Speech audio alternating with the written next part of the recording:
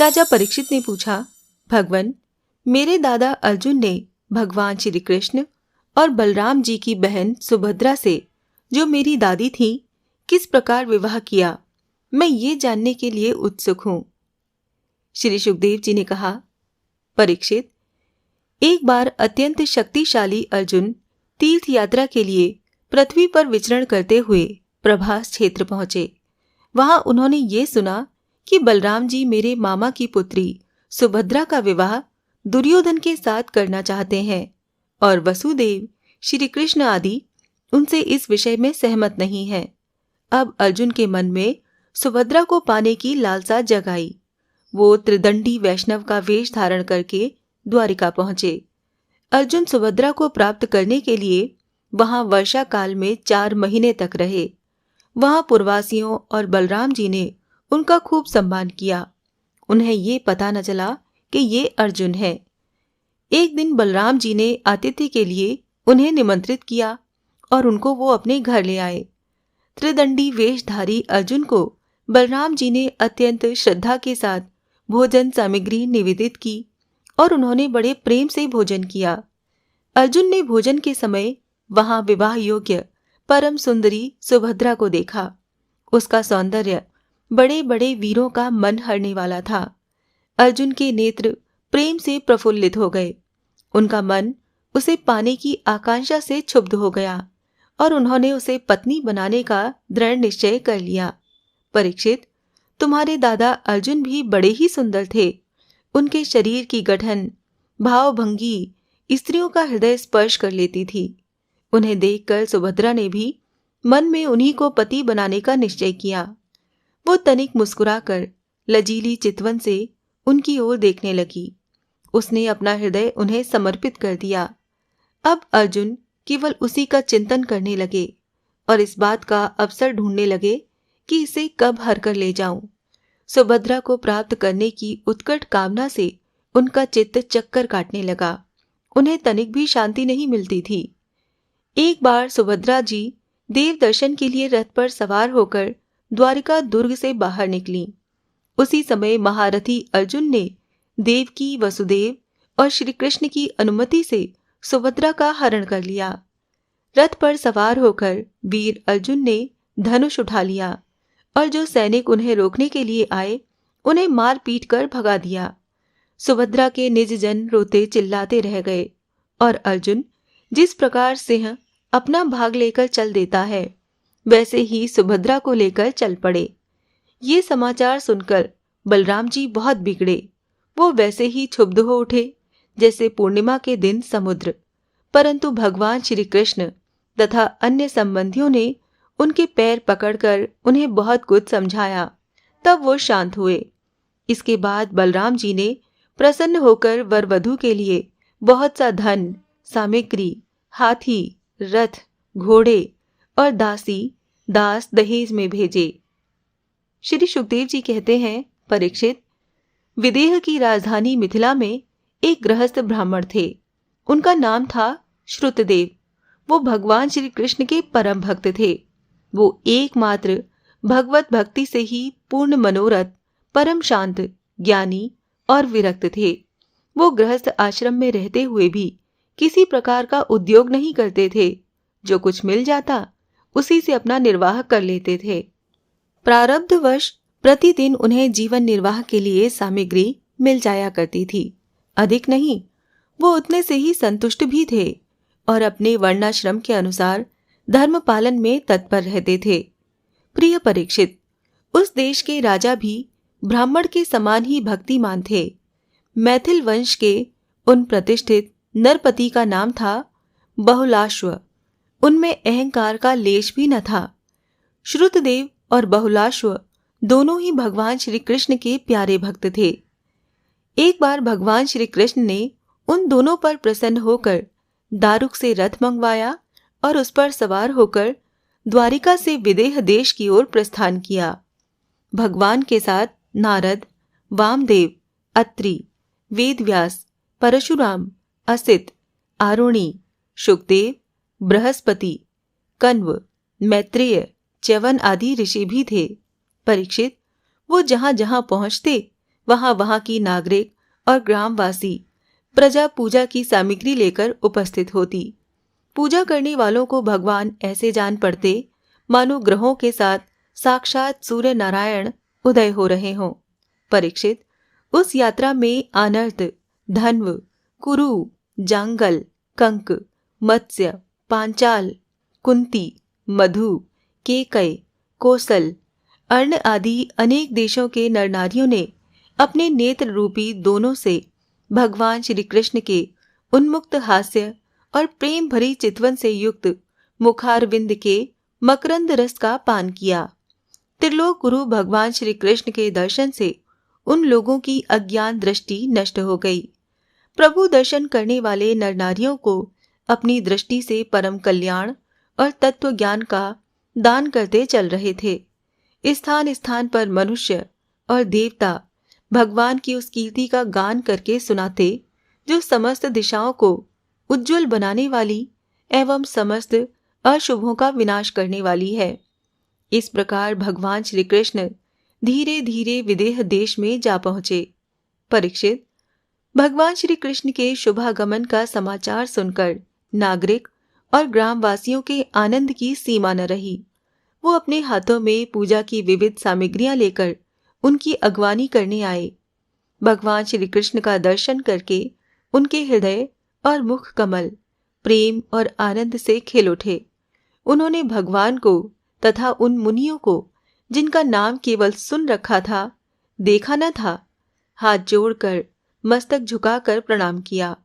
मिथिला नरेश बहुलाश्व और श्रुतदेव ने ये समझकर कि जगत गुरु भगवान श्री कृष्ण हम लोगों पर अनुग्रह करने के लिए पधारे हैं, उनके चरणों पर गिरकर प्रणाम किया। बहुलाश्व और श्रुतदेव दोनों ने ही एक साथ हाथ जोड़कर मुनि मंडली के सहित भगवान श्री कृष्ण को आतिथ्य ग्रहण करने के लिए निमंत्रित किया। भगवान श्री कृष्ण दोनों की प्रार्थना स्वीकार करके दोनों को ही प्रसन्न करने के लिए एक ही समय में पृथक पृथक रूप से दोनों के घर पधारे और ये बात एक दूसरे को मालूम न हुई कि भगवान श्री कृष्ण मेरे घर के अतिरिक्त और कहीं भी जा रहे हैं। विदेहराज बहुलाश्व बड़े मनस्वी थे। उन्होंने ये देखकर कि दुष्ट दुराचारी पुरुष जिनका नाम भी नहीं सुन सकते, वो ही भगवान श्री कृष्ण मेरे घर पर पधारे हैं, सुंदर सुंदर आसन मंगाए और भगवान श्री कृष्ण तथा ऋषि मुनि आराम से उन पर बैठ गए। उस समय बहुलाशों की विचित्र दशा थी। प्रेम भक्ति के उद्रेक से उनका हृदय भर आया था। नेत्रों में आंसू उमड़ रहे थे। उन्होंने अपने पूज्यतम अतिथियों के चरणों में नमस्कार करके पांव पखारे और अपने कुटुंब के साथ उनके चरणों का लोक पावन जल सिर पर धारण किया और फिर भगवान एवं भगवत स्वरूप ऋषियों का गंध, माला, वस्त्र, अलंकार, धूप, दीप, अर्घ, गौ, बैल आदि समर्पित करके उनकी पूजा की। जब सब लोग भोजन करके तृप्त हो गए, तब राजा बहुलाश्व भगवान श्री कृष्ण के चरणों को अपनी गोद में लेकर बैठ गए और बड़े आनंद से धीरे धीरे उन्हें सहलाते हुए बड़ी मधुर वाणी से भगवान की स्तुति करने लगे। राजा बहुलाश्व ने कहा, प्रभु, आप समस्त प्राणियों के आत्मा, साक्षी एवं स्वयं प्रकाश हैं। हम सदा सर्वदा आपके चरण कमलों का स्मरण करते रहते हैं। इसी से आपने हम लोगों को दर्शन देकर कृतार्थ किया है। भगवन, आपके वचन है कि मेरा अनन्य प्रेमी भक्त मुझे अपने स्वरूप बलराम जी, अर्धांगिनी लक्ष्मी और पुत्र ब्रह्मा से भी बढ़कर प्रिय है। अपने उन वचनों को सत्य करने के लिए ही आपने हम लोगों को दर्शन दिया है। भला ऐसा कौन पुरुष है जो आपकी इस परम दयालुता और प्रेम परवशता को जानकर भी आपके चरण कमलों का परित्याग कर सके। प्रभु, जिन्होंने जगत की समस्त वस्तुओं का एवं शरीर आदि का भी मन से परित्याग कर दिया है, उन परम शांत मुनियों को आप अपने तक को भी दे डालते हैं। आपने यदुवंश में अवतार लेकर जन्म मृत्यु के चक्कर में पड़े हुए मनुष्यों को उससे मुक्त करने के लिए जगत में ऐसे विशुद्ध यश का अवतार किया है जो त्रिलोकी के पाप ताप को शांत करने वाला है। प्रभु, आप अचिंत्य, अनंत ऐश्वर्य और माधुर्य की निधि हैं। सबके चित्त को अपनी ओर आकर्षित करने के लिए आप सच्चिदानंद स्वरूप परम ब्रह्म हैं। आपका ज्ञान अनंत है।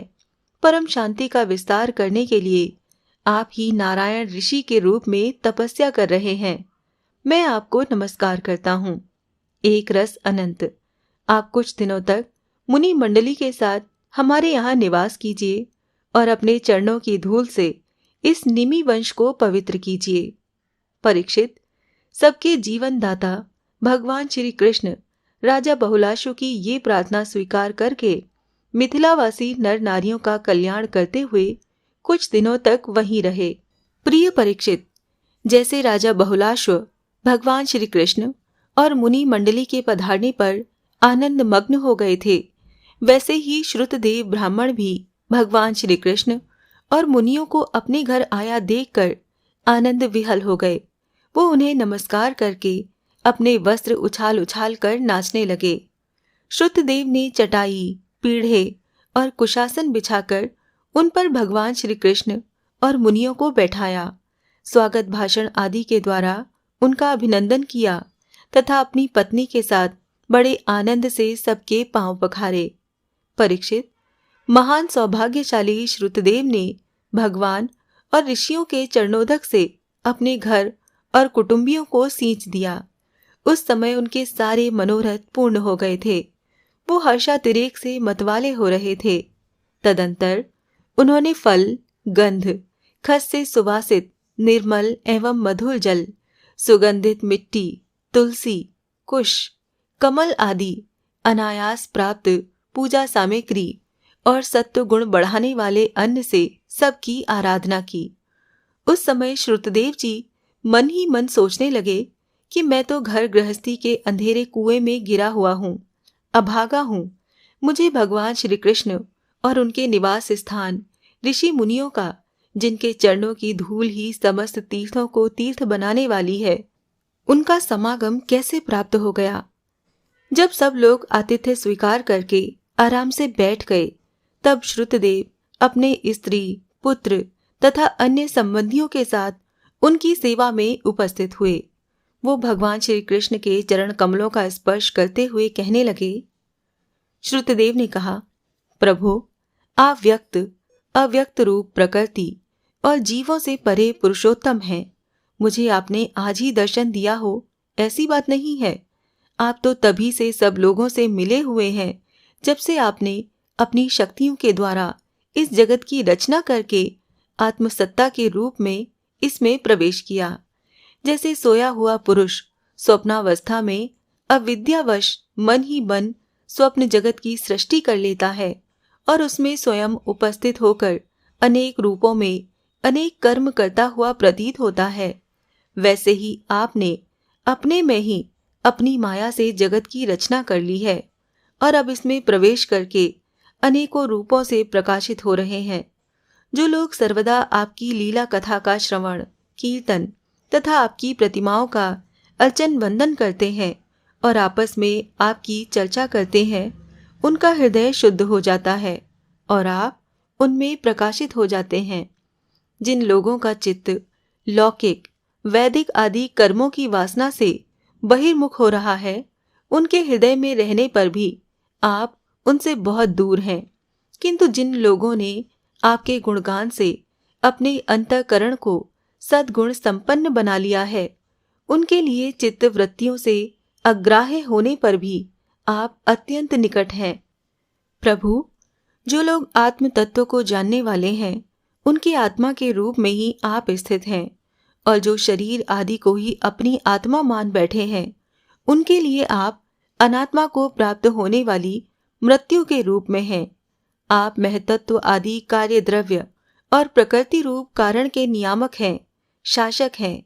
आपकी माया आपकी अपनी दृष्टि पर पर्दा नहीं डाल सकती, किंतु उसने दूसरों की दृष्टि को ढक रखा है। आपको मैं नमस्कार करता हूँ। स्वयं प्रकाश प्रभु, हम आपके सेवक हैं। हमें आज्ञा दीजिए कि हम आपकी क्या सेवा करें। नेत्रों के द्वारा आपका दर्शन होने तक ही जीवों के क्लेश रहते हैं। आपके दर्शन में ही समस्त क्लेशों की परिसमाप्ति है। श्री सुखदेव जी कहते हैं, परीक्षित, शरणागत भयहारी भगवान श्री कृष्ण ने श्रुतदेव की प्रार्थना सुनकर अपने हाथ से उनके हाथ पकड़ लिए और मुस्कुराते हुए बोले। भगवान श्री कृष्ण ने कहा, प्रिय श्रुतदेव, ये बड़े बड़े ऋषि मुनि तुम पर अनुग्रह करने के लिए यहाँ पधारे हैं। ये अपने चरण कमलों की धूल से लोगों और लोकों को पवित्र करते हुए मेरे साथ विचरण कर रहे हैं। देवता, पुण्य क्षेत्र और तीर्थ आदि तो दर्शन, स्पर्श, अर्चन आदि के द्वारा धीरे धीरे बहुत दिनों में पवित्र करते हैं, परंतु संत पुरुष अपनी दृष्टि से ही सबको पवित्र कर देते हैं। यही नहीं, देवता आदि में जो पवित्र करने की शक्ति है वो भी उन्हें संतों की दृष्टि से ही प्राप्त होती है। श्रुतदेव, जगत में ब्राह्मण जन्म से ही सब प्राणियों से श्रेष्ठ है। यदि वो तपस्या, विद्या, संतोष और मेरी उपासना, मेरी भक्ति से युक्त हो तब तो कहना ही क्या है। मुझे अपना ये चतुर्भुज रूप भी ब्राह्मणों की अपेक्षा अधिक प्रिय नहीं है, क्योंकि ब्राह्मण सर्ववेदमय है और मैं सर्वदेवमय हूँ। दुर्बुद्धि मनुष्य इस बात को न जानकर केवल मूर्ति आदि में ही पूज्य बुद्धि रखते हैं और गुणों में दोष निकालकर मेरे स्वरूप जगत गुरु ब्राह्मण का, जो कि उनका आत्मा ही है, तिरस्कार करते हैं।